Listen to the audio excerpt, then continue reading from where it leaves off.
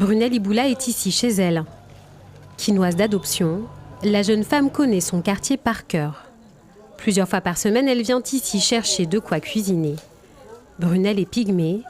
À 29 ans, elle s'est endurcie, mais elle se rappelle encore les discriminations subies pendant son internat.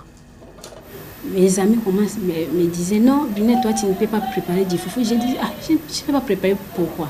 Oh non, toi attends seulement, tu vas laver seulement des assiettes et des marmites.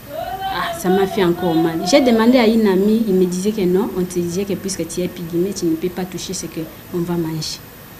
Ça m'a fait encore très mal. Je me disais que les pygmées ne sont pas des êtres humains. Alors Brunel Iboula s'engage pour sa communauté. Elle est la fondatrice d'une association pour les femmes pygmées.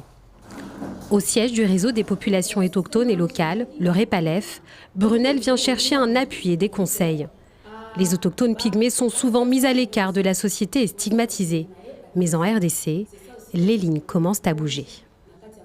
Le gouvernement congolais a accordé au moins 36% de la représentativité des femmes dans les institutions publiques.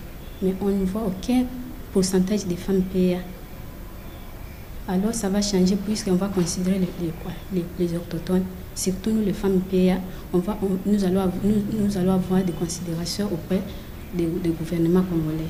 Début juin, l'Assemblée nationale a adopté une proposition de loi pour la protection et la reconnaissance des droits des autochtones pygmées.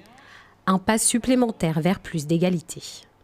Au XXIe siècle, on ne peut pas accepter, par exemple, qu'une femme pygmée ne puisse pas accoucher dans une maternité où il y a des femmes bantoues ou nilotiques. C'est inadmissible. Quand il y aura la loi électorale, nous allons veiller à ce qu'on puisse intégrer dans cette loi électorale, pourquoi pas ne pas coopter, par exemple, un pygmée par province au niveau des assemblées provinciales. Jusqu'à 600 000 autochtones pygmées vivent en RDC. Une partie de la représentation nationale se bat aujourd'hui pour instaurer une politique de discrimination positive.